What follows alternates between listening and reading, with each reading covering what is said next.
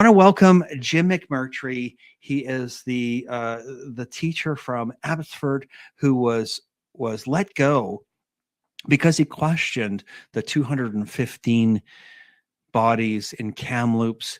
But he has been a warrior for the last 5 years, working to clear his name, working to expose the truth and expose the lies that are coming out from there. I want to welcome him to Unscrew the News. Thank you so much for joining me, Jim. It's a pleasure to have you, sir. Great to be here, Bruce. Awesome. I asked you to come on today. I've had you on a couple of times, but I've seen, you've really sharpened the sword, sharpened the spear, and you've been shining the light on some of the gaps in some of these First Nations bands by highlighting some of the extreme compensations that some of these chiefs have been accepting. That was one of the main reasons that I wanted to have you on. Do you want to say anything about that before we get into some of the details? Well, what I have discovered is that the entirety of the narrative about Indigenous people in Canada is false. One part of that is that there were children that were tortured and murdered at residential schools. There's many parts. There is a belief right across Canada that Indigenous people are deserving, underserved minority that's poor. And if you look at the salary of a lot of the chiefs, it's just incredible, many millions of dollars. So as somebody who's worked hard and never made a lot of money, I just don't understand why this is allowed to happen. Mm-hmm. I don't think it would be right if all that money or much of that money flowed right through to all the band members, which isn't happening. I still think it's wrong to treat one group of Canadians differently from all others based on ancestry. So I think it's very important that people understand right now, without any accountability for all the money that flows to Indigenous communities every year. It's not only a big drain, but it's incredibly worrisome. There's, honestly speaking, it's about 3 times as much every year is spent on one small race in Canada than on national defense. So if people aren't concerned by that, then I don't think they're really serious. Well, that's one of the reasons I like having you on, is that you've had a bit of extra time, but you have been shining a light on some of these inequities, and not just in the band members versus the chiefs. That I don't know how they got into that position, and maybe we can get into that. But as far as I know, these aren't elected representatives of the bands sometimes, and. But you've also been pointing out to the history, and that's one of the great things about you, is that you have this vast knowledge, and you love to investigate and do some research, and you're bringing it forward.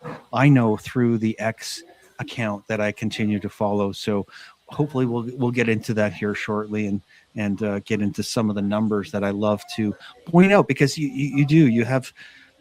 This is going back to your roots, I guess, as a teacher, is that you're helping us to understand, what seems to be obscured, or what's obfuscated from us actually learning. And hopefully myself and our audience, we're gonna have a little bit of an education tonight. So sorry, go ahead. I love the way you put it.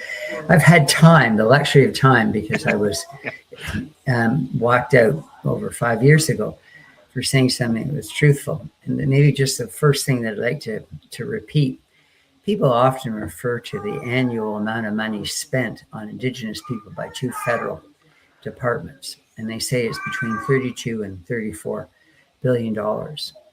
But that's about 1/3 of what goes to Indigenous people every year, if you consider the liabilities, the compensation, and all others that are expending money on this. Again, one small race in Canada.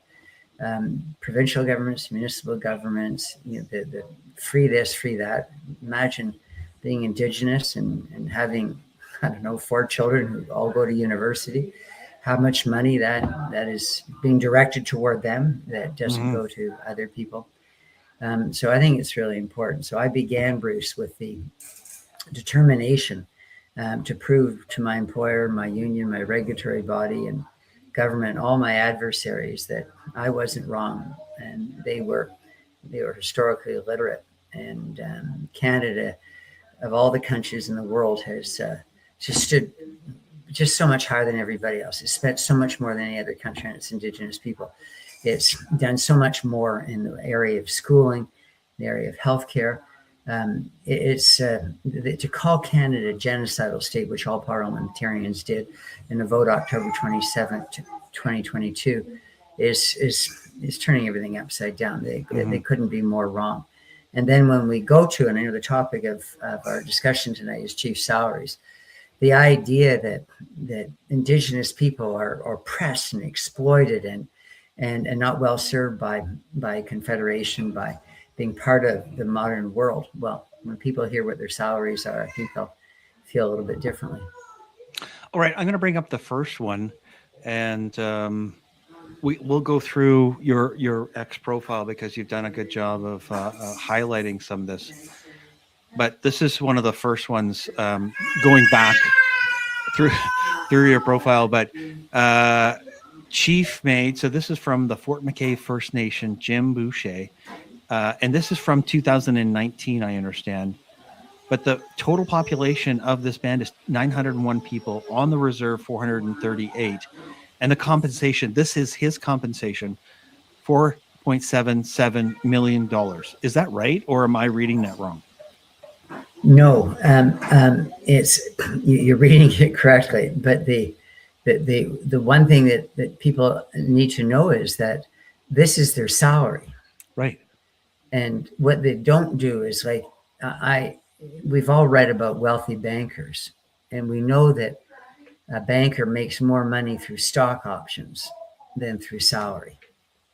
That there are all sorts of benefits, all sorts of ways. If you are an Indigenous chief in Canada, you're constantly with a pipeline. It's just unbelievable. They decide to put a pipeline from Alberta, it hasn't happened yet, as you know, through northern British Columbia. And Daniel Smith says, well, that's going to be about $1 billion a year to all the Indigenous groups that go across. Well, that's a lot of money that comes through the chief's hands every year of all these little bands. That's not considered part of the chief's salary. When a band, and some bands are very large, the one that really strikes me is the Stony Band Reserve along the highway driving from Calgary to Canmore and Banff and so on. Just beautiful land and so expansive. But when they rent, that the rent that the band gets, and particularly the chief, who again dispenses the money, that's not part of a salary. Every time that there's resources that are drawn out of the land, and there's emoluments paid. There's we need your permission, and so it's probably 8 or 9, 10 different ways that chiefs make money. So salary is only one part of it. Right. Next thing I'd like to say about the 4.7, it's 2009. I bet or 19, it's a lot. 19, yeah. Sorry, 2019. What's striking about that is it just shows you how hard it is to find out any information, because they're no longer required to do that. Justin Trudeau, very famously deconstructed all the legislation that Harper put in place to bring some accountability to the money, the huge amount of money that's being spent, which, again, this is something that one can find looking through search engines and so forth. But the total amount of money given to Indigenous people in Canada is said triple that of national defense, in the area between $60 to $100 billion a year. Wow. And for people not to know about that, for me not to be able to know what the chief is making this year, right, or certainly in 2025, I think that's pretty outrageous. And there is some variance. The last thing I want to say about this one, because there's another, I'd love you to go through the four so that you're looking at, but the last thing to say here, that this band is so wealthy that every man, woman, and child, and there are a lot of children, the demographic of Indigenous communities tends to be a lot of young people, but they're all worth over $1 million just in the assets that the band has. And that's not including the value of the land because they can't sell it, but it's not including the value of their house because they can't sell. We're just talking about the money that they have invested. That they're all millionaires, and then when they go out in this world, they're not paying medical, dental, tuition, etc. They're all fabulously wealthy. It's like the Beverly Hillbillies who discovered they're on on Texas tea on sitting on top of oil, and that's what's happening here. And then you look where I am. I live in South Delta in Tawas in British Columbia, south of Vancouver by about half an hour, and there's a band here that has just got so much land. And it was given, a lot of the land was given to them about 20 years ago by the premier because he wanted to expand port container facilities. So, and the environmental people didn't allow it. So they gave it to the natives, and the natives turned around and said, now you can do whatever you want to the land. And they put in a huge mall, and they brought in Amazon and Walmart and all sorts of huge American multinationals, but this monstrous mall, which was on what was previously both farmland, best farmland in British Columbia, because it's Delta, right by the ocean, and also bird flyover, and then promptly sold it to the Chinese. Really?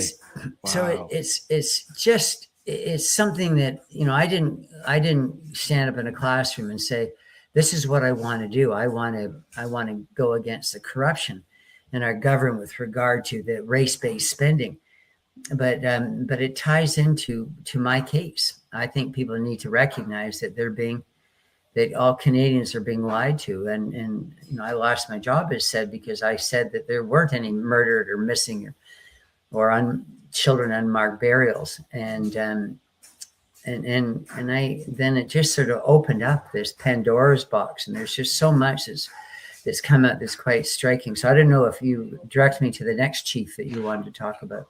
No, I'm not yet, but I want to talk about the claim of the 215 and just point out that it seems like it's being utilized as a guilt trip to guilt Canadians into this. And also, when they spread it out through the media, I know I've talked to people from outside of Canada, and they're very concerned about our Indigenous people because of the 215. Because everybody's heard the story of how genocidal Canada has been to our Indigenous people, and it's just absurd that this is what the media has portrayed, that we're all genocidal maniacs, running around Canada, eliminating Indigenous people. What I really want to do at one point is, before you give me the hook, is to talk about the one of the main chiefs in British Columbia. His name's Stuart Phillip. So if we get a chance to do that, because he's been in power for 28 years as the chief lobbyist for the Indigenous communities in my province, and there's a few things that people will be shocked by. That this chief, Ron Giesbrecht, is quite an interesting case as well, how fabulously wealthy he is. But what you did is you very kindly came back to the 215. Yeah, I refer to it as the original sin. So the original sin in a biblical sense is, that women were the ones that made the first error in human history, in Eve biting into the apple. And I think my own view is that's all apocryphal, but anyhow, that's the mythology, that's the story that's helped forge our society, and I think people today justify treating women differently on that basis, that there's something less trustworthy, or women are more temptress like than males, which is why they have to cover and so forth in many cultures. So it's very dangerous to do this. There is no original sin.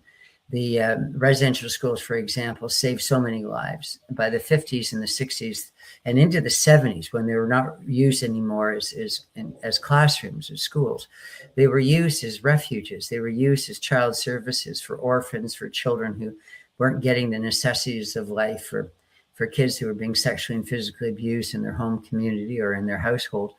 So it's it's the complete opposite. War is peace. Ignorance is strength. Freedom is slavery, as Orwell talked about in his book 1984.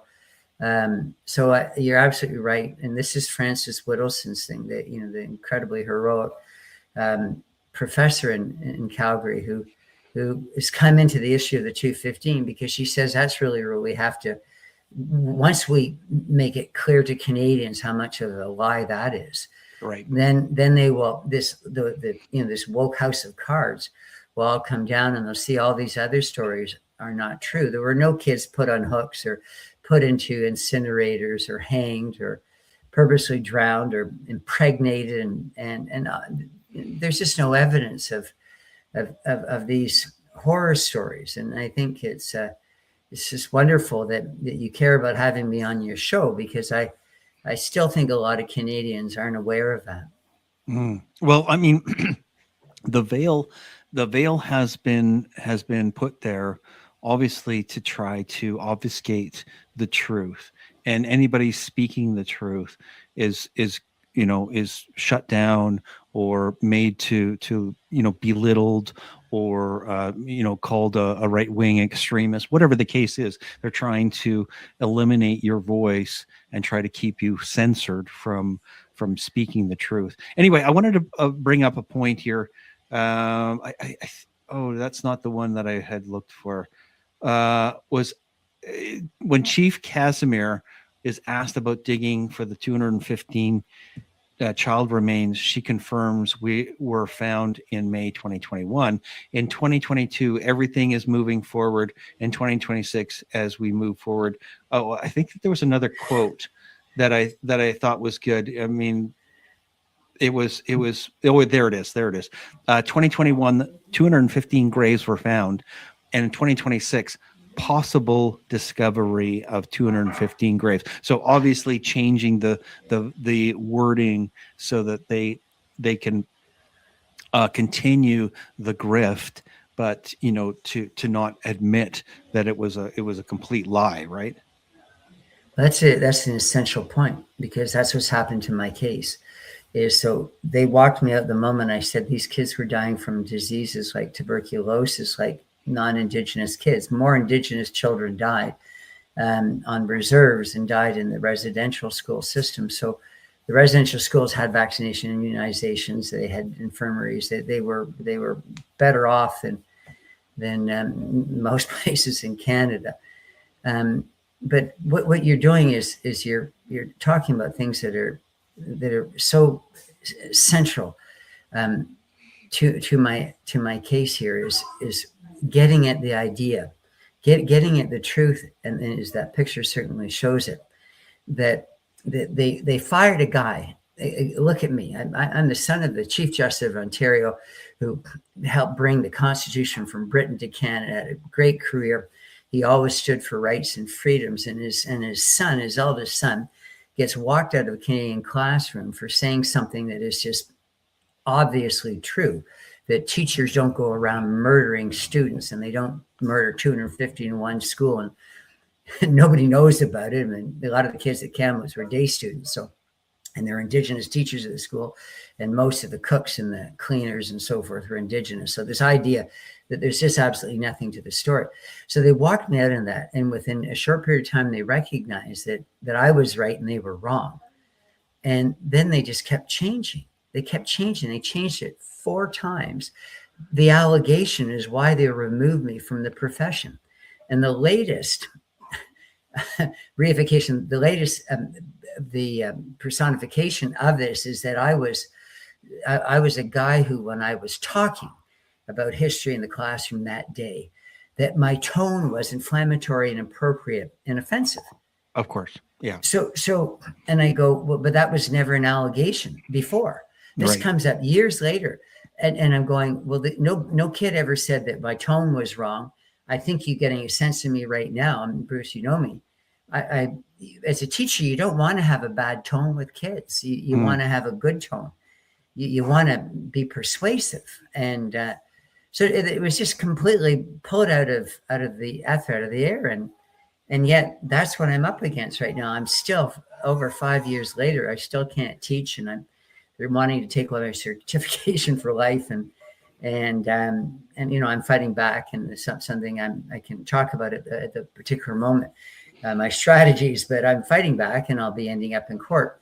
But it's just absolutely amazing how dishonest. It's not just dishonesty about saying this about Christian nuns and priests would murder these kids that they've devoted their whole lives to uplifting, but that they're doing it so many years later, and there's nobody pretty much in our elite. We got to get rid of all our elites.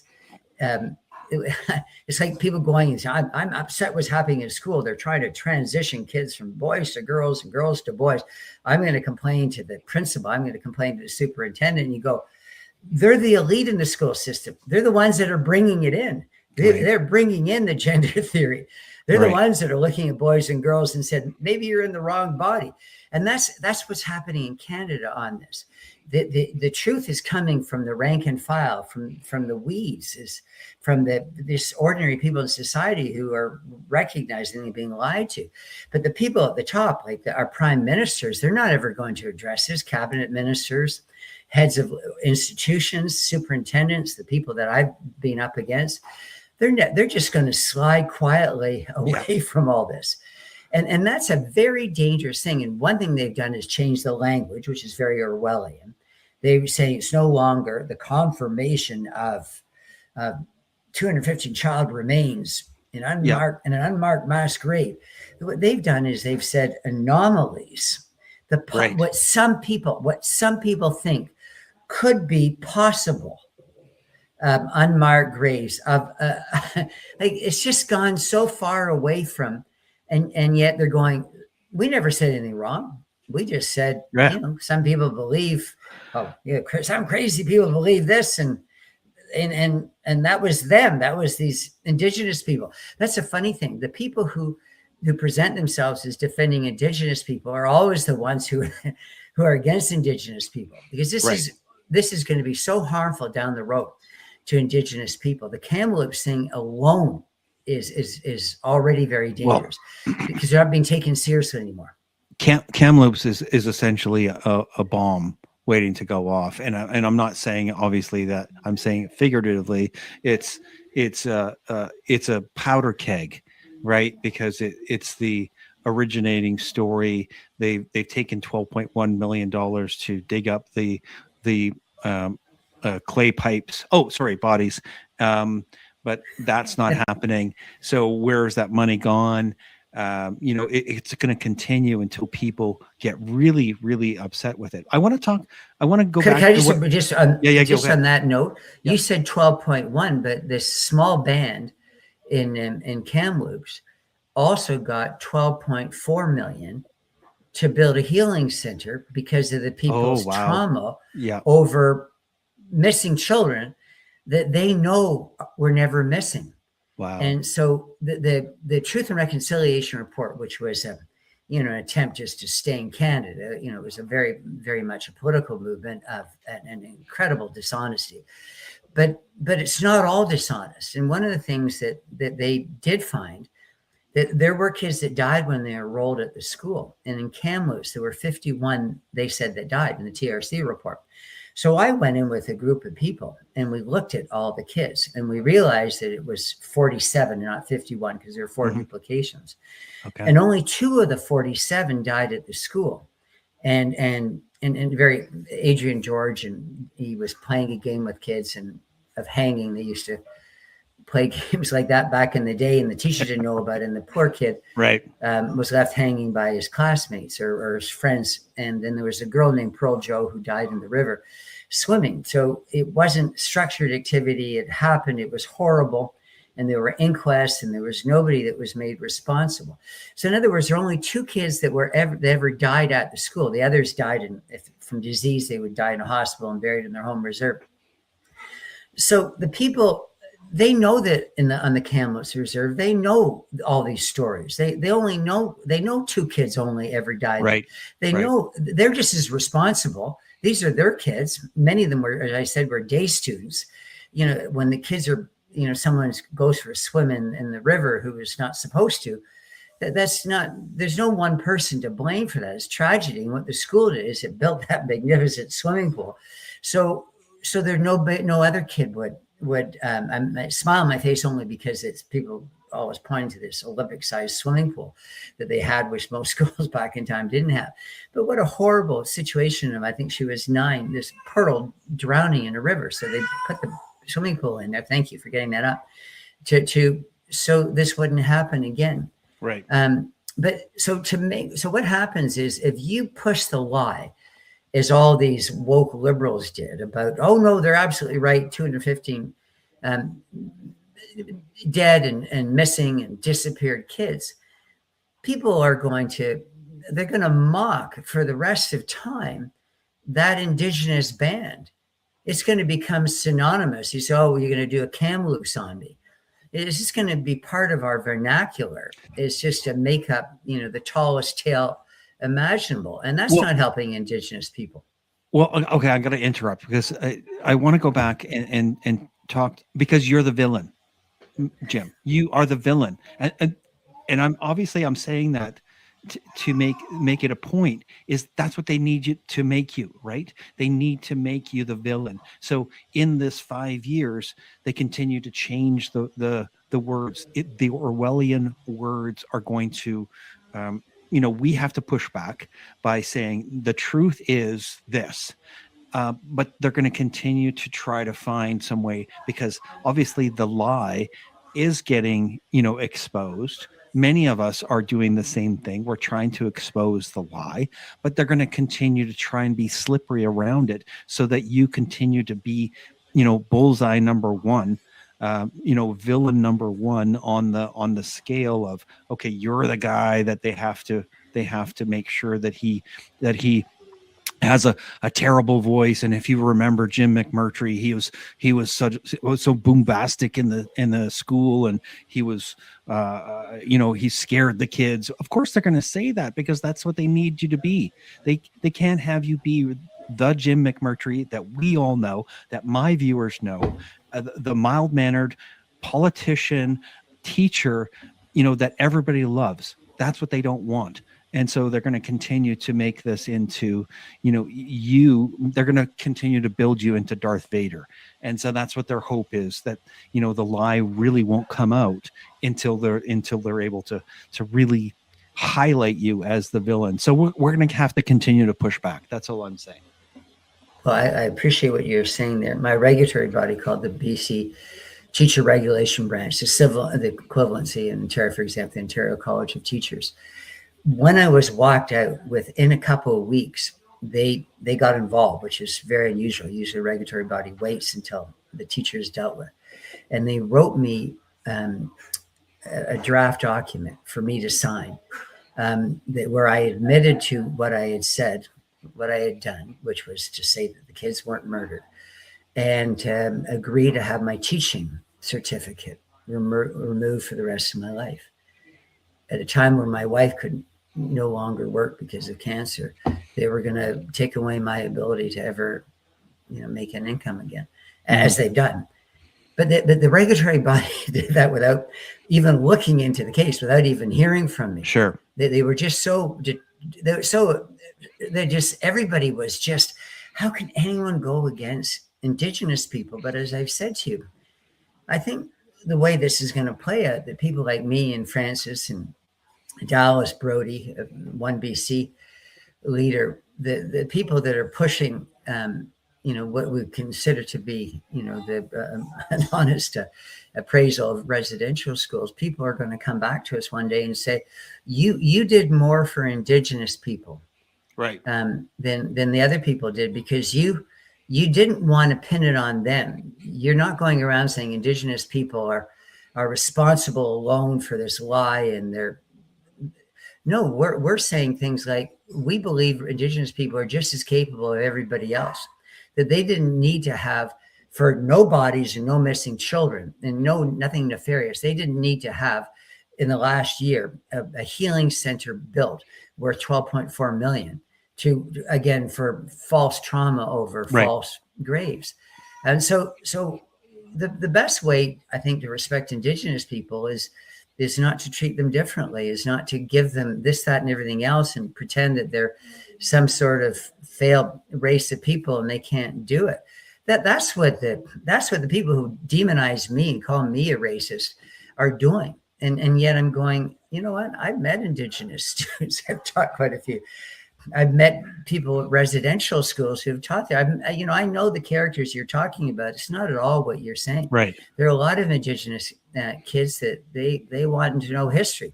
They don't want to know. They don't want to be lied to about anything.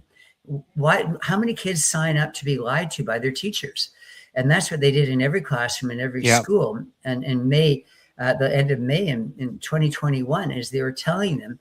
And it wasn't just, again, because everything gets exaggerated. The guy who won Order of Canada for the TRC report, Murray Sinclair, this wonderful Canadian iconic figure, because he's Indigenous and he was made into a chancellor of university, into a judge. And he said is as many as 25,000 missing children from residential schools, missing, disappeared, dead, or more. He was off by 25,000 or more. And he gets an Order of Canada, and I get my seat tossed out of public education for life. Okay, I want to go back to what you were just saying about the Indigenous population and how the actual racists are the ones that say that they're a victim. They're not smart enough that they can get a job, that they have to give them free things, they have to give them free lunch, they have to give them free homes, all of that stuff. That is racist, because they're assuming that they're not intelligent enough. And I just want to expand on what you said, but it so reminds me of what is happening and what has been happening most recently in the United States. It happens here in Canada as well, is that we say that there's one group of people that really, they can't get an ID, so they can't vote because they're not smart enough to have an ID or use a computer. Maybe you've heard this story before, Jim, and maybe my viewers have heard this story somewhere else before, but that's exactly the same thing, is that that these people that want to use them, and this may not be a popular perspective, but they're using them as useless idiots, right? They know that they can paint them as a victim, pay them, and make them sound like they're the victims, and they should definitely get reconciliation, and they should be paid. They should have bursaries to go to university. They should have millions and millions of dollars just given to them, and land given to them, so that they can be utilized as the guilt trip on the rest of the Canadians, or whatever that looks like. Does that make sense? Well, I love what you say, Bruce. And just a example today, I'm an old guy, and I went to the hospital today to have my hips x-rays, because both my hips are artificial. And in all BC hospitals, they do this now. The nice young receptionist said, "Oh, I have a question. Are you Indigenous or not?" And I said, "I'm not answering that question." And that's what happened to me years ago in the school system. We're going to do a land acknowledgement. No. Yeah. And when I ran provincially, municipally, and federally, we're doing a land acknowledgement. Well, I'm walking out. I'm not doing a land acknowledgement. And so they're not just after the people. I don't really believe it begins with Indigenous people, but they have been obviously being used and exploited, and now they're a threat. Yeah. But if people come after my home and come after the public parks and come after all of BC, which seems to be the case, and the biggest case of all in BC, where a big part of the city of Richmond is right near where I live, is being given back because there's a fishing village for a few years, 200 years ago by a native band. It doesn't live anywhere near Richmond, not even on the mainland of British Columbia. So we're going to just give them a big part of the city. And then another band comes in and says, we're going to give all of Vancouver and Richmond and half of Delta and all these other areas, Burnaby, on and on, North Van to another group, to the Musqueam. And then you've got other groups that are coming in and say, well, no, we, Squamish and the Tawasin and the Burnaby Indian Band, they have a different name today. We want all of Vancouver too. So it's a really serious thing when you're doing this and he's saying we treated them so badly and they're so incapable. Yep.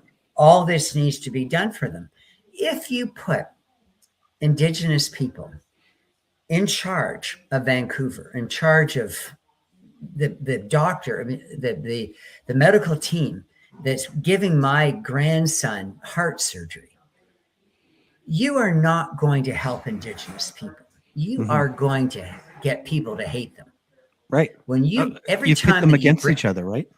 Every time you bring in affirmative action, all of a sudden, every time you see a black doctor or a black judge, it's just been for decades now, you go, oh, we know how that person got through law school or got through medical school or into medical school. And so it's not a good thing, obviously, to separate people on the basis of race. We want meritocracy. It doesn't matter who you are. And I know all my viewers, believe this, but you got to share this out. Anybody that's watching this that hasn't watched me before, I talk about meritocracy all the time. This is what we want our children to grow up with. We want to, if you work hard and you learn and you study and you want to be a good person, guess what? There's a reward for that.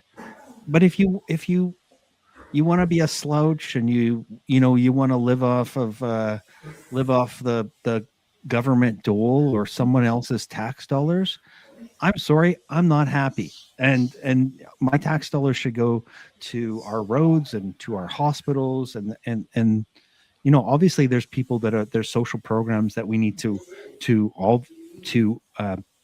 have for people that fall through the cracks. That's okay. But we should always be expecting that our people should want to achieve. They want to achieve more. I'm sure every Indigenous family that's in all of these bands, they want their children to grow up and have a better life than they did. That's what we do as humans. Right? Yes, is so true. And the biblical saying is, from each according to his ability, to each according to his or her needs. It's just so outrageous because we shouldn't, even in Canada could be so much better. I understand why people in Alberta, like yourself, are wondering if Alberta is going to be stronger on its own. But why the hell are we, pardon my language there, why to goodness are we talking about groups all the time? That's all we've done my whole life in Canada. We've got East and West, and we've got, French and English, and we've got, rural and urban and boys and girls and schools. We're just constantly pitting groups against each other. And the latest manifestation of this is Indigenous and non-Indigenous. Look at individuals. That's where that's what the charter says. It doesn't say this group, and section 35 doesn't say much either. Yeah. But the charter wasn't meant to be section 15B or section 35. It wasn't to be about its exceptions. It was about to be what it was saying, that individuals have fundamental rights and freedoms. And Canada is a wealthy enough country that can take care of people who need. And it shouldn't be on the basis of groups, because the moment you do that and say, well, Indigenous communities need more money, and then you go, oh, excuse me, this is something I wanted to say before, again, I get the hook, that the head of the Indigenous people, and they call them the BC Union Union of Indian Chiefs. In British, I might have said that wrong. I think that's what it is. No, I think it's whatever, Union of Indian Chiefs, BC. But whichever way it is. But the head of it is a guy named Stuart Phillip. And you go back to 2014, and his salary, just his salary, not his investments, not the money he makes from renting out part of his, his band's land, not all the other things, not the money he gets for his consent for this or that, not the money he gets for being this tribal chief and sitting on this tribal organization or this tribal organization, or sitting on this union that I was talking of BC Indian Chiefs. And so his income in 2014 was probably $3 or $4 or $5 million. And then, as you know, he didn't pay taxes on any of it. So that's the equivalent of somebody else making 10 million. That was 12 years ago. And nobody has a clue what he's making now. His wife is an NDP member of the Provincial Legislative Assembly in British Columbia, Joan Phillip. That family is the wealthiest family, and they sit at the table with David Eby, our premier, and they decide what's going to be done for Indigenous people, how much money, all this kind of stuff. They're not elected people. But she's elected, but her husband is the biggest player. He's the Don, the mafia kingpin in British Columbia. He's been in power for longer than Putin and in Russia. And this guy makes so much money, and he's saying terrible things about people who look like me, about non-Indigenous people generally, but particularly about people who look like me, and how racist and terrible and how rotten my ancestors are. And you go, my gosh, nobody has any idea how wealthy many of these people are. So what Canadians have to do is, you're talking about, when you said about useful idiots, all of Canada, it's not just Indigenous people. Yeah. All Canadians are being played. We're gonna lose our land one day. We're gonna lose our parks. There's several parks in BC where if you arrive and you're not Indigenous, then you get turned away. Oh, it's just this one race for these 2 weeks, and the next park you go to, oh, it's for those 2 weeks. The following 2 weeks is this here, and it's just so absolutely absurd. But Canadians have this tendency just to go along, to get along and be polite. That's not how I'm going to live my life. And I keep on meeting people who are just like me. But the problem is, we're not in power. And I'm hoping that one day we're just going to break through. We're just going to say, we're going to stand up when there's a land acknowledgement. We're going to, more people like me, going to go to the hospital and say, don't you talk. I want to talk to your manager. I want to know why you're asking me what my race is before you're giving me health care. I think if that's outrageous, and if I were Indigenous, I'd be just as mad. Yeah. The idea that I was better than somebody else because of my in many cases, partial ancestry, because most Indigenous people are only part Indigenous. And some, you mentioned before the show started, there's a guy named Chief White Thunder in the prairies who's the chief of his band, and he doesn't have a speck of Indian ancestry, of Native ancestry. So the whole thing is just so muddied and dark and nefarious and underworld-like. And Canadians have to wake up to it. You're being lied to. Well, going back to what you said in regard to pitting each other, pitting each group against each other, and really, I might go a little bit off tangent here, but it feels very Marxist, right? So we give victimhood to this person, victimhood to this group, the trannies, then we have black people over here, we have the Indigenous group, and we have the gay people over here, and they all have their level of victimhood, and eventually they're all going to be fighting each other because, just like the Indian bands were. Now, I want Vancouver. Oh, what I want Vancouver. So they're going to be fighting for the rights to all of this, to their level of victimhood, which is propelling them to a higher level of I don't know, but they're trying to obviously gain levels above other people, of other victims in this hierarchy of victimhood. I don't know how to explain it well enough. Yeah, just on that note. Yeah. In that note, I lost my 19-year-old nephew to fentanyl. I'm giving you a bit of a hint. What's the number one killer of Indigenous people in Canada today? Well, it could be drugs. Yeah, it's fentanyl. Yeah. And so you give these people all this money and then all this land, and then they rent it out or whatever they can to the Chinese, or to, mafia. Really, there are lots of biker gangs. There's lots of Mexican gangs, cartels on the reserves. They've been running ever since I was a little kid. Most people I knew who smoked went on to reserves to buy their cigs and fish or whatever. There's just this black market, it's criminal activity. and they're awash with money, and their kids are dying of fentanyl. And my nephew was, died from being given fentanyl on a reserve, because that's where you go. Right. It's just absolutely incredible when people go along with the status quo, and then they look at people like you and me and want to label us in a negative way. And we're going, no, I don't want a single Indigenous child ever touching fentanyl and not being able to live the rather full life that I've been able to enjoy. So we're doing the right thing, Bruce. And I'm so honored that you brought me on your show. I want to get back to talking about some of the Chiefs. I'm just going through your posts on X. Stop me if you see something, but I mean, I thought this was an interesting one. Meet the reserve population of, I don't know how to say that, all 16 of them, and they are one of 36 First Nations communities with water advisories, even though they were given $3.5 million for new water treatment plant and wells in 2022, and they have a boiled water for millennia. Well, if I could respond to that, there's two things, Bruce. One of them is there is a band, and this is called the New Westminster Indian Band, and they've got a new name coming out. They're called the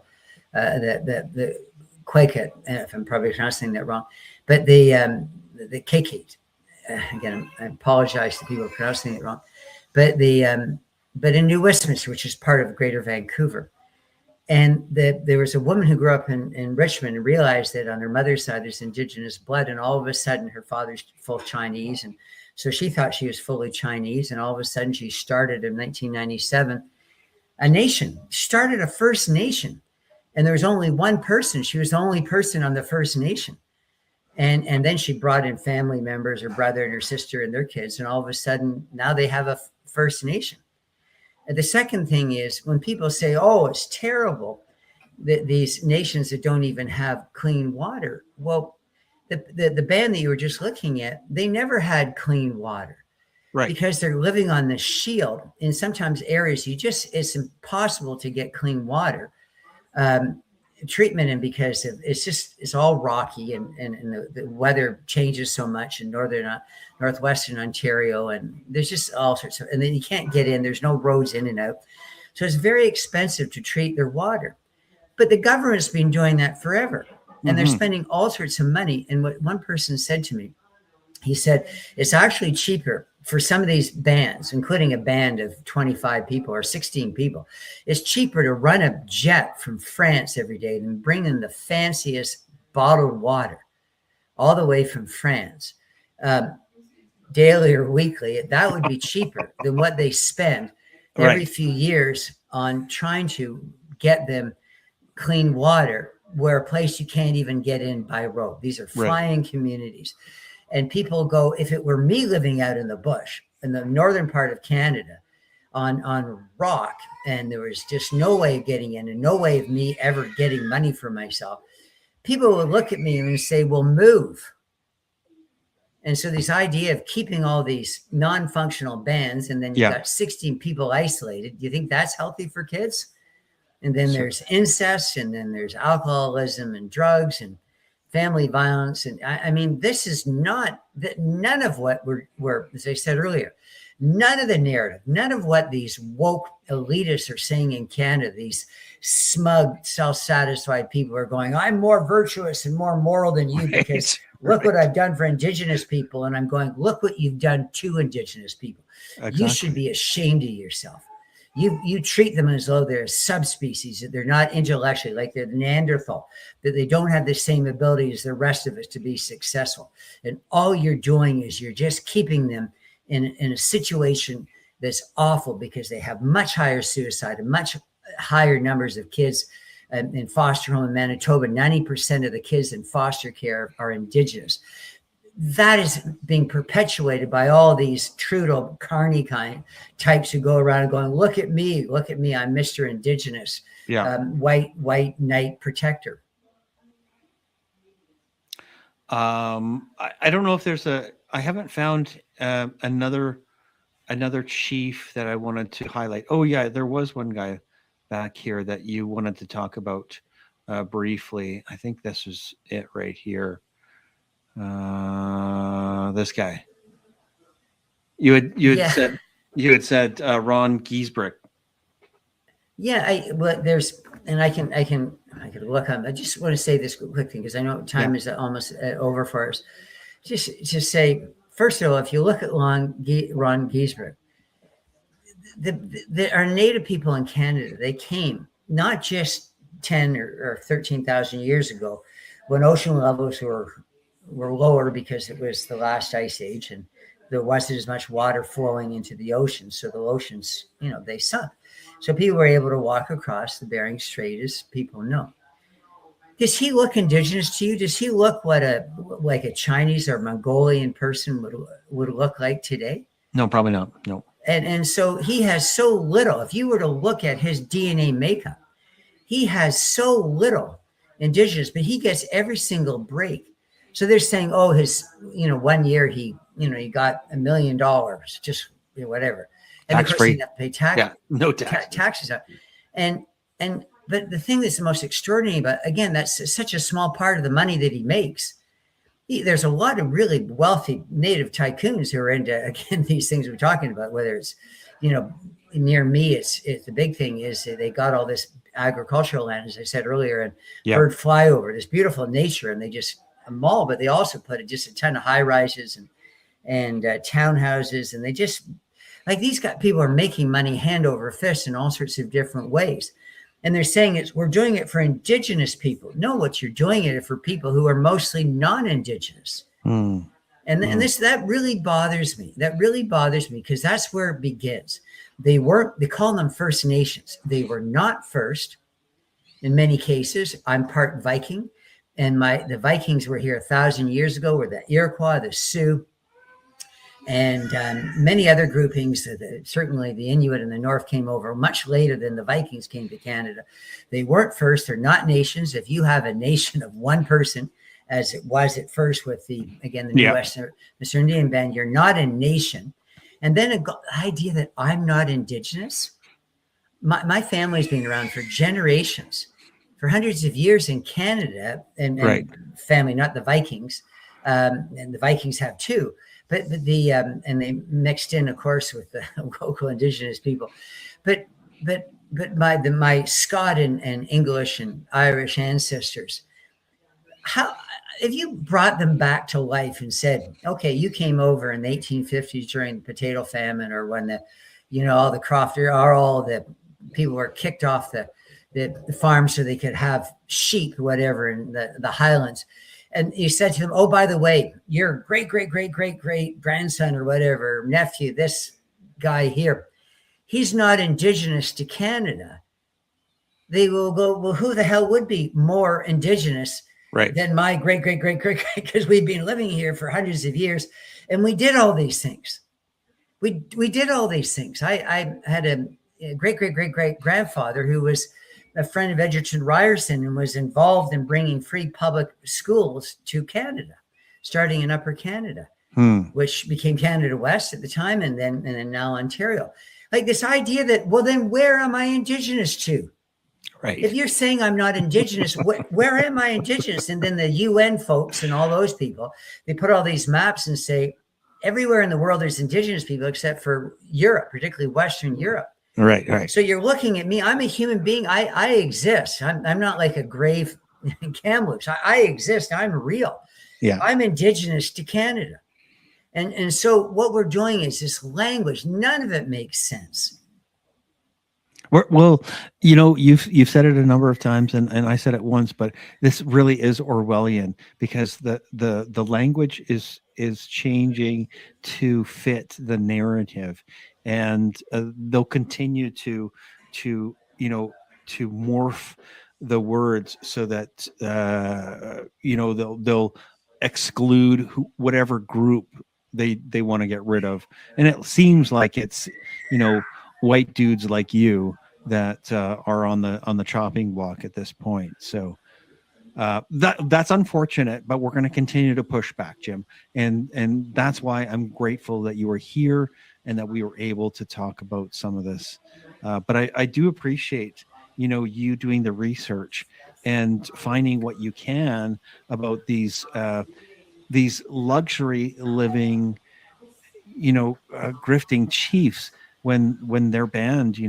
Maybe they don't have clean water, maybe they are living in squalor, but the pointing this out is really just hopefully getting to the heart of the matter, and showing how bad the lies really are. So thank you. Thank you so much, Bruce, for this opportunity. Is there anything else we want to talk? I wanted to talk before you're gone. I don't know that you've got family stuff to take care of, but The Scarlet Lesson, this is Jim's book. This is his website. It's jimmcmurtry.com. I'll make sure to have the link in the show notes. But you can buy the book right from here and help him in his quest to get to the truth. Obviously, there's some information in here on his website, but you can buy it right through the website, $24.95. Let me see, what else did I want to point out? You have a Substack. Do you do the Substack much anymore, or is that? Yeah. Okay, great. So here it is. Here's Jim's Substack. It's Jim McMurtry Substack, and you can keep up on some of his writings and videos that he's doing. And I'm just going to show your X profile so that where are you here? So there is one last thing that I would love to say, if I may. Yeah, please. Do you know there are a lot of people who are far more heroic or far smarter or far harder working than I am in this. But I've done one thing well, and that is when I was let out in front of my students, I turned to people and I said, I'm going to fight them. And they picked on the wrong teacher.